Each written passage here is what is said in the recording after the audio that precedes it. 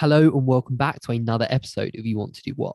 Today we've got Rory on and he's a commercial helicopter pilot. Hi Rory, Hello there. how are we today? I'm very good indeed. Thank you very much. Fantastic. Rory, should we jump straight in? Do you want to tell everyone a bit about what you do? So, I am a commercial helicopter pilot. I've only been so since January this year. I was a studio director, which is basically a sort of mixture between a producer and a sound engineer at BBC Radio 5 Live for a decade before that. Wow. And I've wanted to be a helicopter pilot since I was about 6 years old. And I finally got an opportunity that I couldn't turn down to do an integrated commercial helicopter course, the first that's existed in the UK for about a decade, which was advertised in late 2019. And I applied for a place and I managed to get one. And here I am now with my commercial helicopter pilot license. What a cool story. So, talk to us. How did this all come about? Have you always loved flying? You mentioned as a young child, you always wanted to be a helicopter pilot, but what was it about that space that really sort of excited you? Well, the reason why I've always wanted to be a helicopter pilot is because I grew up on a small remote island in Scotland, in the group of islands called Orkney, which are off the northern tip of mainland Scotland. It's a fabulous community. The island that I grew up on is called Owskerry, which is also my surname. My parents named me after the island because there was only our family on it. Slightly different story, but the reason why I go back to that is because there was only 5 of us on the island, my mum and dad and my 2 younger brothers. And there was, we had a flock of rare breed sheep, and my parents are sheep farmers. There was a lighthouse on the island. We'd have a few fishing boats would sort of go by the island, lots of wildlife. But for me, by far the most exciting thing that happened was once or maybe twice a year, if I was lucky, the Northern Lighthouse Board, who have responsibility for looking after the lighthouse, would arrive by helicopter.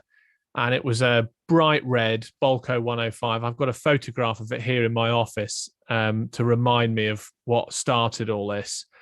Bright red, shiny, noisy, smelling of jet fuel. It can hover, it can carry stuff underslung. The pilots who get out of it are wearing flight suits and helmets and sunglasses and their gold bars on their shoulders, and they just ooze cool. And I was absolutely besotted with this thing from day one. I thought I couldn't believe it. As far as I was concerned, it was magic that something as big and as noisy as this could do what it could do. And I was transfixed by it. I watched it for hour after hour after hour, and I was home educated. So my mum was desperately trying to teach me, and she knew that the days the helicopter came, she had to just let me basically bunk off school and go and watch, because I wouldn't be able to concentrate on anything other than that. And fast forward many years later, I couldn't join any of the armed forces because I had a history of asthma on my childhood medical records, which at the time was a no-no for all 3 of the armed forces. They also, 2 of them said I was too tall anyway. I remember the RAF lady on the recruitment line, she, after saying, well, the asthma's a problem anyway, Mr. Owskerry, she said, how tall are you anyway? And I said, I'm 6'4". And she said, oh, right, well, you're definitely too big then. And I said, why is that? And she said, well, you wouldn't be able to eject from a fighter jet at 6'4" because you'd lose your legs underneath the control column. And I said, well, typical smart Alex 16-year-old. I said, well, I don't want to be a fast jet pilot. I want to be a helicopter pilot. You can't eject out of those. And she said, well, it's up to us to decide. We stream the pilots and it's up to us. And that was the end of that. So I kind of parked the whole aviation thing. Certainly being a commercial helicopter pilot, because my parents, as I said, were sheep farmers. There was no way they could afford to pay for me to do it privately. And I was lucky. I had another passion, which was radio and music and broadcasting and stuff. And I was very fortunate to have had an opportunity to get involved in the local BBC radio station in Orkney, which was, it was a small station with a few staff and, very friendly. And they were kind of happy about having a teenager knocking about making tea. And I stuck with that. And I had a fabulous career in radio for, just over a decade in the end. But people who are into aviation and love flying will know what I'm talking about when I say it is something that once you're bitten by the bug, it never leaves you. You always look up at the sky when you hear an aircraft. You're always craning your head to see over the fence at airfields and all that kind of stuff. And I just loved it. And when I moved to Manchester after a stint in London at the BBC, and there's an airfield, Barton Airfield, Manchester City Airport, which is just up the road from where I lived. And, by this point I had a job and I was earning some money, and, I had a bit of savings, and I'd bought a house, and, my wife and I were fairly settled with work and everything. And I thought, well, maybe I'll get my private pilot's license, but I couldn't afford helicopters still. So I thought, well, I'll learn to fly microlight aeroplanes because it was cheaper. And I thought, well, at least it'll get me a pilot's license, and I'll be able to, go about and have what we call £100 hamburgers, fly to another airfield for half an hour with your mate and have a sandwich and then go back again. And, what have you. You can imagine how much that costs. And I did that, and I absolutely loved it. If anyone's wanting a start in aviation, I'd urge them to go and get your microlight license, because it's affordable and brilliant fun. But then in late summer of 2019, I was actually driving back from Orkney again with my wife, and she was driving, and I was sat in the passenger seat scrolling through Facebook, and I saw this advert for the first commercial integrated commercial helicopter training course in the UK in a decade. There was an opportunity to potentially win a scholarship from Bristow, which is one of the major players, in the North Sea, flying guys to oil rigs. And I thought, well, I sort of looked at the list of things that it required, and it was things like basic GCSEs, a right to live and work in the UK, ability to speak English to a decent standard. And I thought, I could probably squeeze my way through this process, if I have a go. So I said to Lizzie, my wife, I said, what do you think about me applying for this, as a 31-year-old, and a last ditch attempt to live a childhood dream? And she said, well, go for it. You might as well put an application in. That won't hurt. I think, to be honest, she didn't really think I'd get very far. Yeah. And I didn't really either. But it's one of those things that, if you don't do it, you're always going to think, what if I had have bothered to put an application in? So I wrote an application, sent it off, and long story short, it turned out that they had 850 applicants. Oh my word. And although I didn't get one of the 4 sponsored Bristow scholarship places, I was offered one of the 4 self-funded places. So then, of course, I'm in a dilemma. I'm thinking, well, crikey, can I actually afford to do this? But I've been offered this opportunity, and maybe I should do it. So I had a bit of a rummage through my piggy bank, and I borrowed a bit of money from my parents, and I borrowed a bit from my wife, and I said yes. We moved house because we were living in Manchester. So I quit my job, moved to Leicestershire in the space of I quit my job, and then a couple of weeks later left. And in the space of a weekend, we moved to Leicestershire. And on the following Monday, I started this new life, as we now call it. So what was that whole process of going through and doing your helicopter training? Did the fact that you'd have your microlight sort of license help you? Yes and no. It certainly has helped, but it didn't really help to begin with. In some ways, I think it was a hindrance for the first few lessons on the helicopter. Anyone who's listening to this who's had a go at flying either an aeroplane or a helicopter will know that it's not, an immediately easy thing to do, particularly helicopters. And, it takes a few hours for you to kind of get used to being in a cockpit and used to being in that environment and start to kind of understand how it all works and get your head around it a little bit. And I thought that because I'd got 140 odd hours flying airplanes by that point, that, I knew helicopters were completely different, but I thought maybe I'll have a bit of a leg up here. But the helicopter is just such a different beast to an aeroplane. They kind of don't really want to fly. You have to sort of manhandle them into the sky, as it were, whereas an airplane's just desperate to go. And, I was frustrated for the first few hours thinking I should be better at this. I should be able to hover and I should be able to manage this, because I can fly an airplane, vaguely competently. But it took some time. Eventually it starts to click, and I start to kind of to get it, and it all started to come together. And it was at that point that the experience in the airplane really came into its own, because I already had a license to use the radio. I was confident on the radio. I was fairly competent with navigating and map reading. I knew about how traffic patterns at airfields work and how to do overhead joins, and how to kind of integrate with other airplanes, because I had been an airplane pilot. So I kind of knew what they did and what their issues and expectations were. And I was used to being in the sky in a cockpit. I didn't have air sickness or any of that sort of stuff. So it did really come into its own. It was tremendously helpful eventually. But to begin with, those first sort of 5 or 6 hours, I was like, there must be something wrong with this helicopter. I don't understand why I can't make it do what the instructor can make it do. Yeah. So you mentioned this has been one of the first courses to sort of turn up in the UK for 10 years. So, with a lot of the jobs that we talk about and careers, there's a pretty defined set route. Usually, you go to university, you get a degree in a similar sort of area, and then progress into a career. How does it work with becoming a helicopter pilot? Is it usually a private sort of self-funded route, or are there courses you can go on? Well, it's a very good question, because the real short answer to that is there's loads and loads of different ways that you can end up in a career as a helicopter pilot, and there's not really a right or wrong way of doing it. There are just multiple sort of tentacles to it, and you kind of find your own way based on what you can do and what's available to you.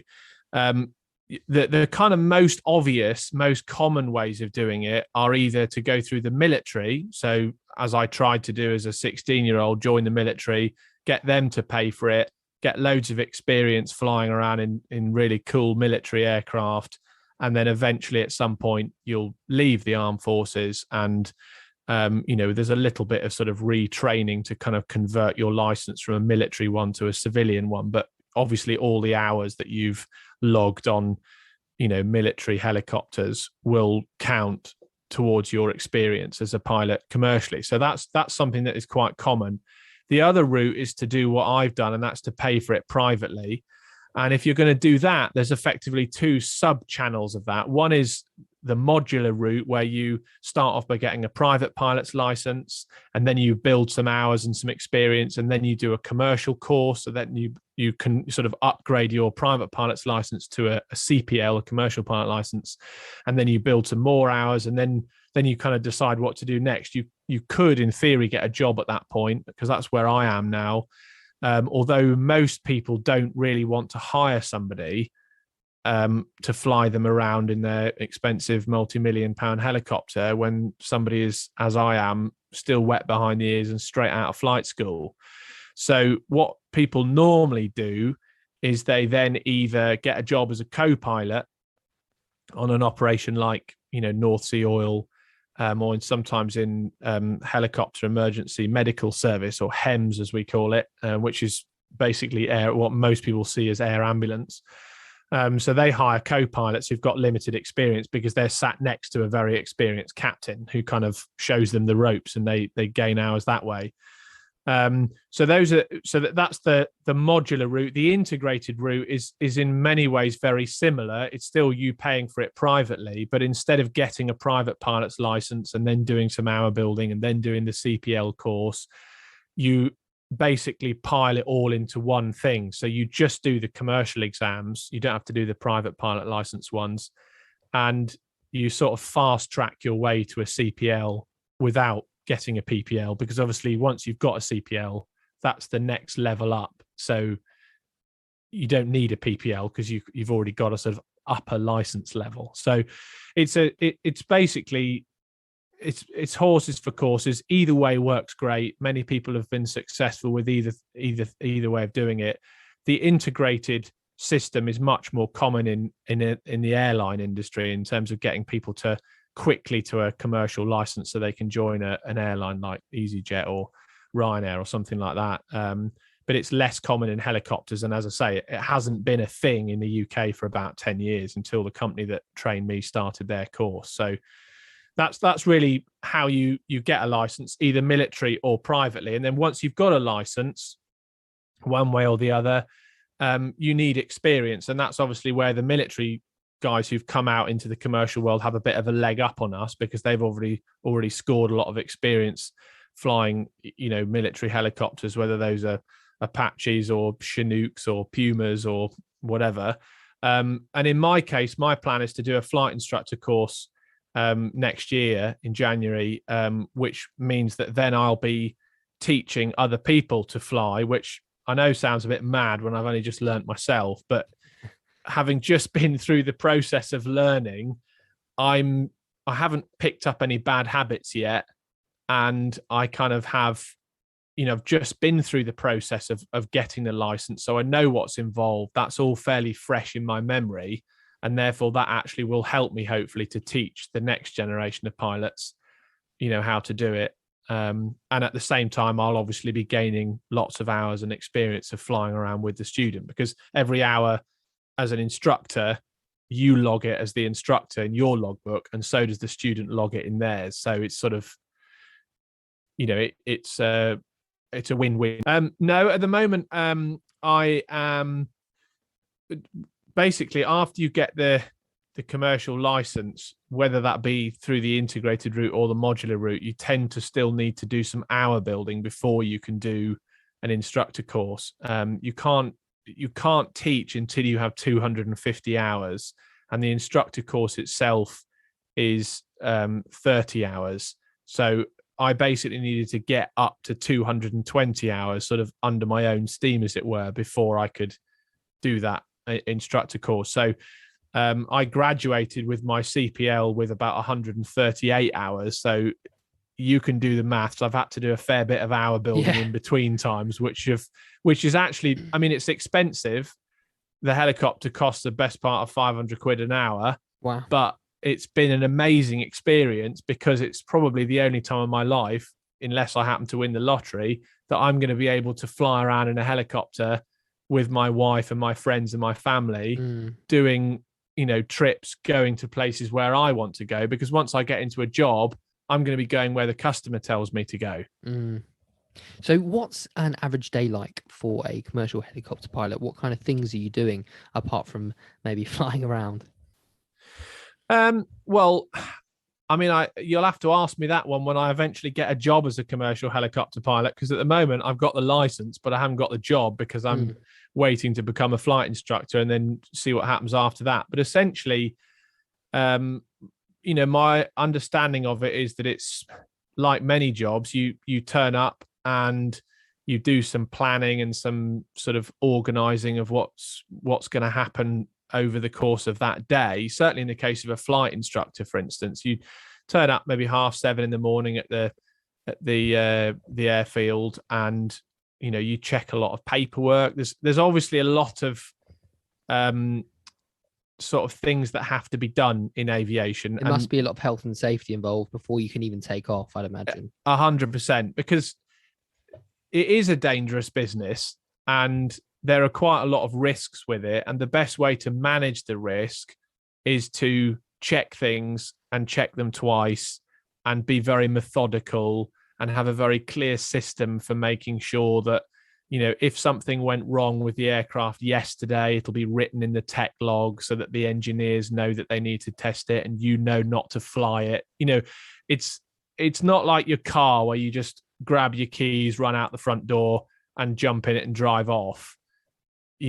We have to do what's called a check A, which is, a sort of initial first flight of the day check of the aircraft, which basically means climbing all over it and undoing all the cowlings and having a really good detailed look at the engine and the gearbox and the rotor head and all the various bits of it, checking that all the lights work, all the instruments work properly. There's no dents in it. There's not leaking oil out all over the floor, all that sort of stuff, because all these things normally are there for you to check because somebody has unfortunately had an incident or an accident before. And the upshot of the review of the accident is, well, if we make sure that this, that, or the other is done every time from now on, that may prevent that same accident from happening again. So we take it all very seriously, and there's a lot of things to check. There's a lot of paperwork that needs to be signed from insurance points of view, and making sure that everything's fully legal and safe and well checked. But that's part of the territory, and nobody really likes paperwork. I'll challenge you to find a pilot who loves paperwork and all that sort of side of it. But it's worth it once you get we say kick the tires and light the fires. I like that. Which is a joke because we absolutely can't kick the tires and light the fires. We have to check everything really carefully. So we sort of say it as a laugh. We wish we could do that. Yeah. But when you do eventually get it started up and you're ready to go, I honestly think that the moment when you lift, 1.5 tons or 2 tons or however big your helicopter is into the air just by lifting your left hand maybe half an inch, and that collective lever comes up and you start to see the grass or whatever that's in front of you go flat as the pitch comes on the blades, and it starts to create the downforce, and you kind of lift effortlessly into the hover. It is still the same excitement of look at this magic carpet now as a 33-year-old as it was when I was 6, sort of peering over the fence at that helicopter on Owskerry. I think you made a really good point earlier when you were talking about planes versus helicopters. Because when you look at a plane, you think, yeah, that should fly. Actually, that works. And even if something goes wrong, maybe it could glide. But with a helicopter, it must feel weird being in control of a helicopter because, like you say, they just don't look like they should be able to fly. Yeah, I agree with you. I mean, they're sort of majestic in one way, but a bit gangly in another, particularly when they're shut down and the blades are sort of drooping there. And, you think that's an awful lot of cabin and helicopter versus not very much, in the way of a fairly thin, flexible, flimsy looking set of blades. And you just kind of think, yeah, I'm not really too sure about that. But that's partly the magic of it. And yeah, I mean, aeroplanes, they do certainly look a bit more, kind of built to fly, as it were. And a lot of people have the misconception that airplanes can glide and helicopters can't. Well, it's not true. Helicopters absolutely can glide. We don't call it gliding. We call it auto-rotating. And, we practice it regularly. It forms a major part of the training and a major part of our 6 monthly and annual, check flights with instructors to keep our license valid. And they have different characteristics. Yeah. When you glide an aeroplane, you sort of, I mean, they all vary, but roughly speaking, you'd come down about 1 foot for every 12 feet you'd go forward. Whereas the helicopter, it's more like you come down 12 feet for every 1 foot you go forward. It's falling with style. I think. Yeah, it is. It is a Buzz Lightyear falling with style. Absolutely that. So you tend to, in an airplane, you're sort of looking for a field that may be a mile or a couple of miles off in the distance to glide into. Whereas in the helicopter, you're looking through what we call a chin bubble, the little window next to your feet, and thinking, oh yeah, there's a football pitch down there. That'll do. So we spoke about some of the applications a helicopter pilot might be required, such as military. You've got probably police, lifeguard, air ambulance, and obviously ferrying to sort of the oil rigs. Are there any other applications that helicopter pilots might be required in the UK? Also, is there much of a demand for helicopter pilots currently? Yeah, well, I mean, you've mentioned many of the key ones there. There's a huge operation in Aberdeen, particularly, but there's also quite a lot of stuff going on in Norwich and up in Shetland of various companies flying guys to oil rigs. There's a bit of a new side to the industry of servicing offshore wind turbine farms. Helicopters are used to hover over the kind of the business bit of the turbine, the box with all the machinery in it, the nacelle, and they lower, crew onto those who do maintenance on them. Sounds a bit hairy. Jesus. Well, it does sound a bit hairy, but these turbines are so big that the nacelle part is really quite large, and actually the blades of the turbine are quite a long way away from the helicopter at the other end, and they do slow them down or bring them to a complete that's stop, nice of so them. it's a bit less sketchy. But yeah, I mean, you're hovering several hundred feet up in the air over this thing, and an out of ground effect hover, as that is the most sort of labor intensive job for a helicopter. So it's quite difficult. So you got offshore wind farms, you got the oil industry, as you mentioned, you got the police, HEMS or air ambulance. There's things like the lighthouse board use the helicopter up in Scotland and in England to access lighthouses, particularly ones that are, some of them have the heli deck on the top of the lighthouse. Wow. Where they're really inaccessible. So that's quite an interesting one. Helicopters are used to ferry baby salmon around in Scotland. They move them from salmon farm to other places using these special buckets with water in them. Helicopters are used to move and mount telegraph poles and pull new power lines into position. They're used a lot in America for servicing power lines. They actually hover next to live 50,000 volt cables, and a guy will sit on a platform on the skid, and the pilot will hover with inch precision next to these wires, and people will climb across onto the live. Don't ask me how they can do it without getting electrocuted. It's something about earthing yourself or whatever, but I don't know. It seems a bit sketchy to me. Yeah, there's some very brave people out there. There are some very brave. Maybe you should get one of those on this podcast. But no, there's actually quite a lot of jobs. And I think, the helicopter industry is a very small part of the aviation industry overall. There are obviously, thousands of airline pilots and not as many helicopter pilots by any means. But it's a lot of the industry is made up of jobs which, we've been referring to, particularly through COVID, as being of national resilience. COVID or not, we've still needed air ambulance helicopters, search and rescue, the police, all of that sort of stuff. Camera helicopters for TV companies is another one. There's lots of roles that are done by helicopters that are needed all year round, come rain or shine. And, therefore it's a small industry in comparison to the fixed wing world, but it's a really, really important one. And I think that's one of the reasons why I find it so exciting, because there's so much variety in the work that is available. Yeah, certainly. For you, what do you think are some of the key personality traits that a helicopter pilot would require to really be successful in this industry? Well, that's a great question, and I'll probably be asked this in a job interview, and if I don't know the correct answer, I won't get the job. So it's quite a good dry run for me. Thanks, chaps. No pressure.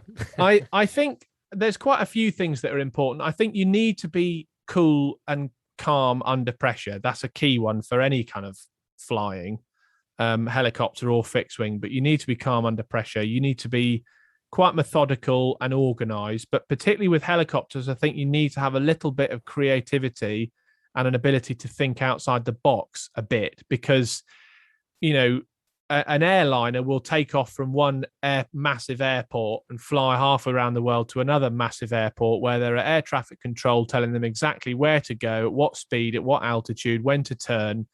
And the area is sort of safe and clear because it's an airport, so it's all flat and there's no towers sticking up and there's no wires to worry about, and there's no other traffic because air traffic control have got control of the airspace. Whereas helicopters are often landing in random fields and people's back gardens and, hovering in awkward positions next to lighthouses or lines of power lines and all that sort of stuff. And you have to be able to do a sort of active risk assessment of the site that you're trying to get in and out of. You might have a customer in the back who's paid you to fly them from Battersea Heliport in London to their mate's garden in, the Cotswolds or something. And, you've done as much preparation and planning as you can do beforehand by, looking at Google Earth and maybe doing a ground recce or having a chat with another pilot mate who's been there before or something like that. But essentially, when you get there, you've got to kind of work out what's the safest way of getting in and out of there, and whether it's indeed even safe to do it at all.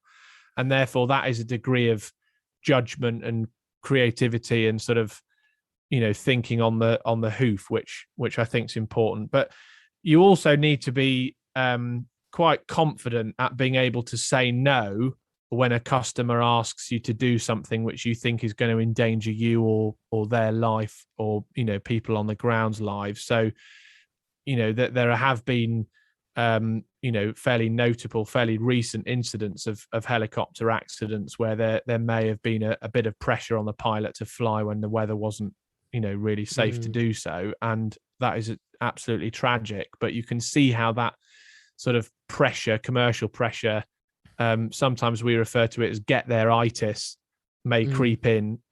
So being able to deal with that, being a good people person, dealing with, sometimes you're dealing with customers, or in my case, when I become a flight instructor, I'll be dealing with students, I'll be dealing with other flight instructor colleagues who are more senior than me.